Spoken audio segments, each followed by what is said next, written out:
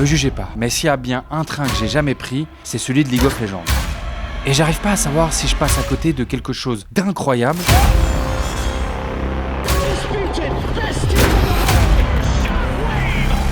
ou si j'évite le pire.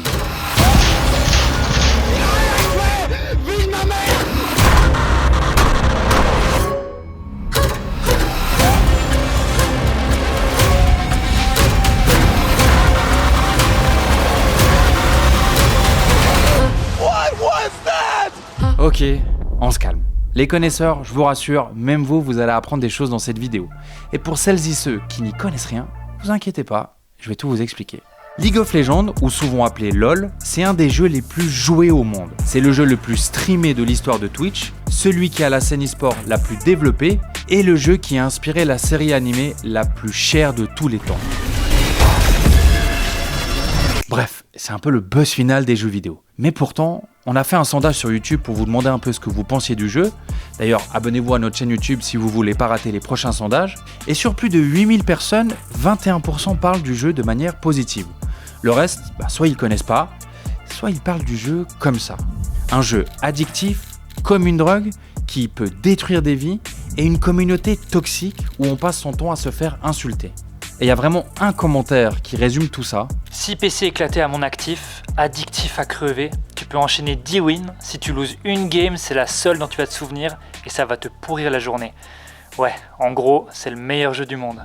Mais je capte pas. LoL, c'est le meilleur jeu du monde ou c'est un piège dans lequel il faut absolument pas tomber? Donc première étape pour le savoir, je vais aller à Paris, à l'un des plus gros événements francophones d'e-sport, la KCX.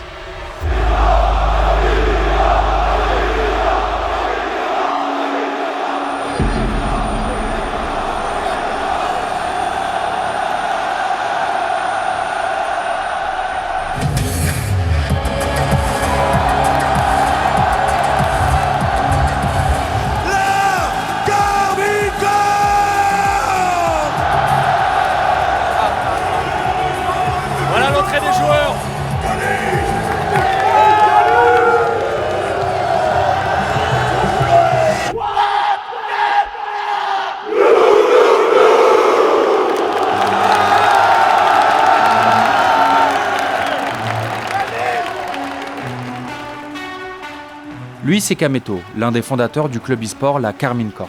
Bonsoir Paris. Dans son milieu, c'est simplement le boss. C'est la 4e fois qu'il organise cet événement où les fans vont pouvoir assister à plusieurs matchs sur plusieurs jeux. Mais le main event, c'est évidemment League of Legends. Je suis mort. Bon, début des matchs de League of Legends. C'est parti.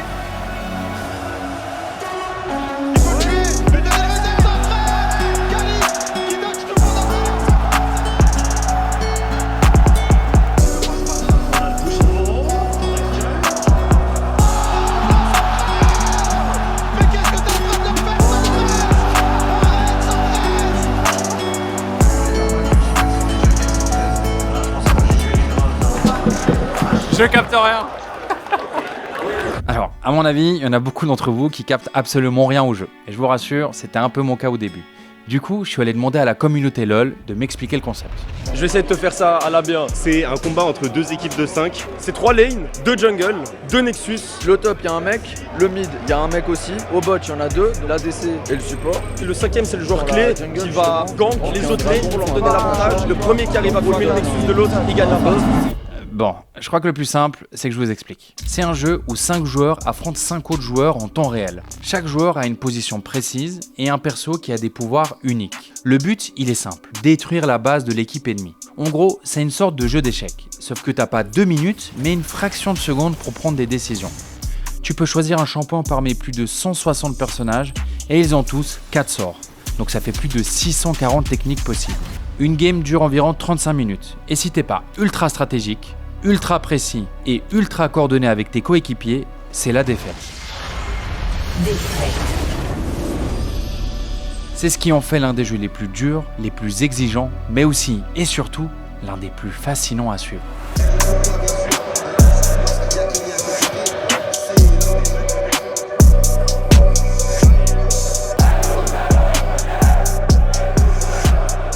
Alors moi, je joue à beaucoup de jeux, et pourtant, je crois qu'il n'y en a pas un seul qui serait capable de réunir autant de personnes. Là, faut se rendre compte les amis, il y a des milliers de gens qui crient, qui chantent, et qui pleurent quand ils voient leur joueur préféré. Ce jeu, il a clairement créé des superstars, et un engouement qui, moi perso, me bluffe. Mais pourtant... Si tu dois donner un conseil à une personne qui veut commencer LoL, tu lui donnes quoi? Ne pas lancer le jeu. Ne pas y jouer. Tu sais déjà, commence pas. Ça sert à rien, ça va te buter. C'est une boucle infernale. Tu veux te préserver, je vais te dire non, commence pas. La plupart des gens m'ont dit frérot, n'y va pas. Ça vaut pas la peine. Déjà, ils ont raison, non? Je pense que c'est une bonne réponse, même si League of Legends c'est un jeu incroyable, c'est-à-dire que tu vas t'attacher très vite. Malheureusement, quand tu vas rentrer dans la boucle, tu vas vite avoir l'impression de perdre ton temps. Bah, je pense que c'est un très bon conseil. Après, je devrais pas le dire, je pense. Mais comment t'expliques que j'ai l'impression que c'est le jeu. Les gens adorent ce jeu et le détestent à la fois. Tu vois, une espèce de dualité qui est ultra forte.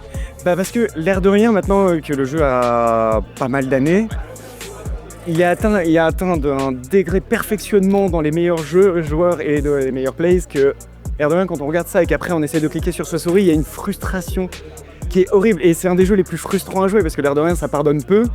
En fait, c'est un jeu qui est très très compliqué à prendre en main. Il y a énormément de choses à comprendre et il faut énormément d'heures de jeu. C'est un jeu d'équipe avec des gens qu'on connaît pas, donc c'est horrible, et puis c'est forcément toujours la faute des autres. Et donc c'est ça, donc il y a frustration sur frustration, sur frustration, donc c'est pour ça, mais après ça reste un bon jeu, c'est dynamique, c'est coloré, il y a des tas de nouveautés.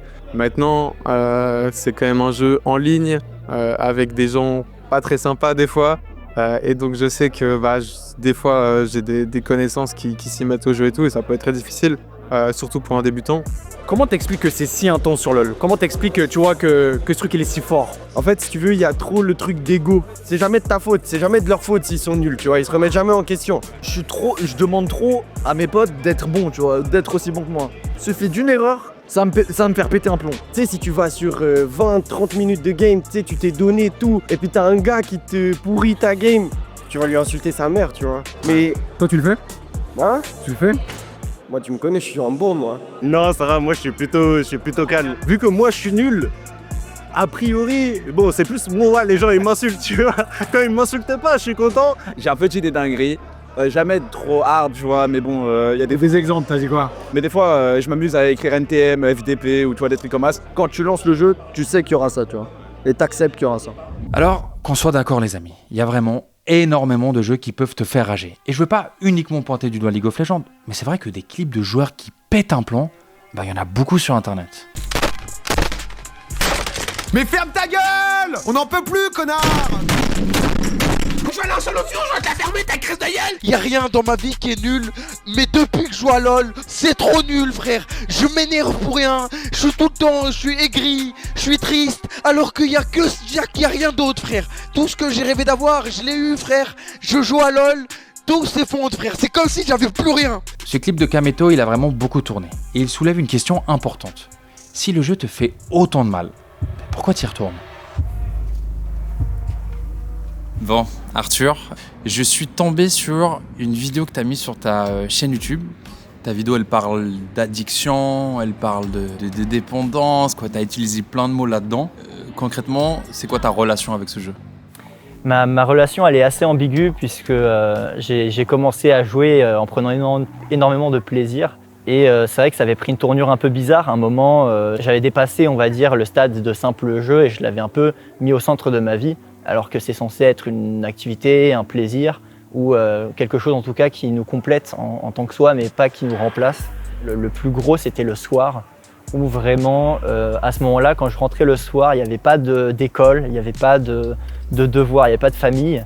C'était vraiment donner tout ce que j'ai pour ce jeu, parce que c'était un truc que j'adorais faire. Et tout ce qui se passait dans le monde du réel n'avait pas trop d'importance.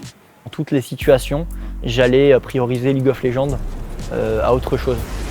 Quand le corps envoie des signaux négatifs, ça peut être des activités qu'on ne fait plus, un sport qu'on aimait pratiquer auparavant, auquel on a de plus en plus de mal à aller, des résultats scolaires par exemple qui se péjorent. Tout ça, ce sont des petites alertes desquelles on peut s'aider pour pouvoir se dire est-ce que c'est OK ou pas ma manière de jouer, puisque ce n'est pas le jeu le problème, c'est la manière de jouer. Elle, c'est Sophia Achab. Elle est médecin psychiatre addictologue et elle va nous aider à comprendre les mécanismes qui peuvent te rendre addict aux jeux vidéo. Il décrit aussi quelque chose d'intéressant. Arthur, il avait une motivation qui était l'évasion. Et la motivation évasion est un drapeau rouge, est un red flag. Je ne vais plus jouer pour le plaisir, je vais jouer parce que pour fuir quelque chose de négatif dans ma vie, c'est là où on a le risque de devenir addict, avec substance ou sans substance. Mais genre le pic, tu jouais à combien d'heures par jour? Le pic, là où j'ai le plus joué, je pense que c'était dans les alentours de entre 10 et 12 heures par jour. C'est vraiment un rythme qui est assez fort. Moi, ça s'est traduit par des résultats scolaires qui étaient un peu horribles à l'époque, juste parce que toute l'énergie que je pouvais mettre à l'école, je l'avais déplacée. C'est quoi le rang le plus haut que tu as atteint? Le rang le plus haut, c'était Diamant 1. Donc Diamant 1, c'est les 0,04% meilleurs joueurs du jeu. C'est-à-dire que sur 1000 personnes, je suis à peu près la meilleure personne dans le jeu. Et moi, j'ai eu un peu cette vision-là, c'est-à-dire que j'avais besoin de reconnaissance, j'étais encore jeune.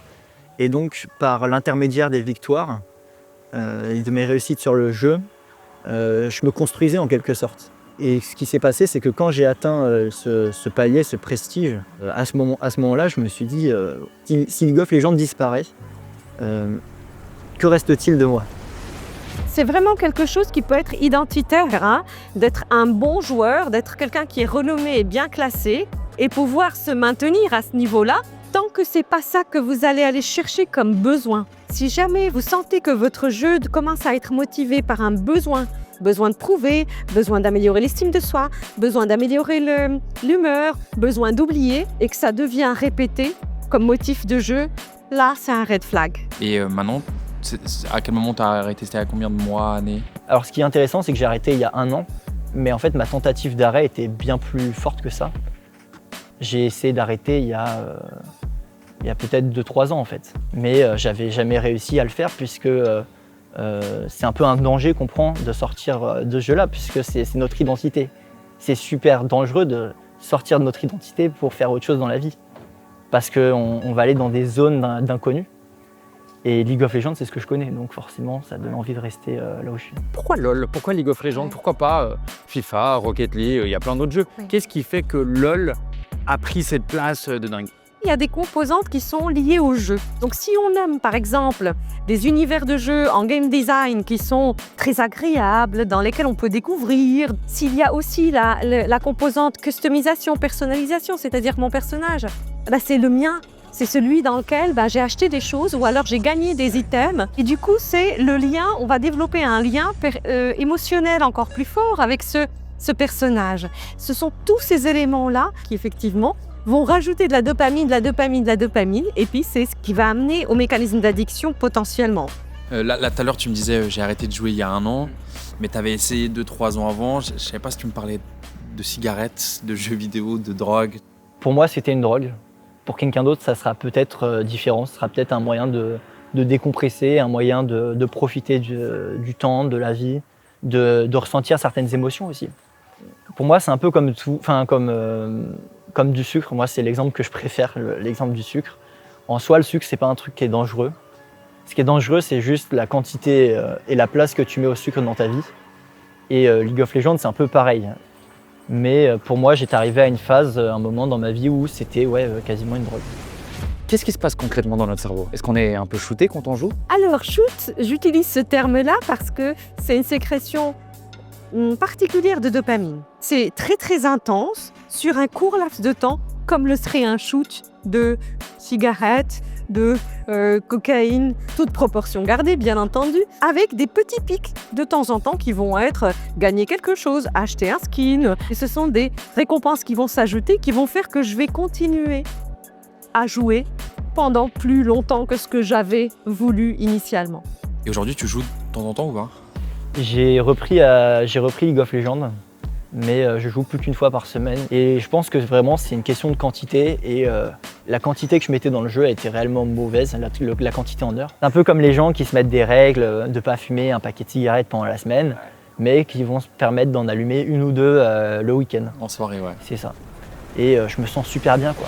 Bon les amis, le but de cet échange, c'était pas de vous dire que LoL est une drogue et qu'il faut absolument pas y toucher. Mais on a vu que pour certaines personnes et dans certaines situations, le jeu peut prendre beaucoup trop de place. Et si vous vous êtes reconnu dans le discours d'Arthur, on vous met des liens en description. Mais c'est aussi important de dire que pour beaucoup de gens, LoL c'est un kiff d'y jouer et surtout une passion à partager.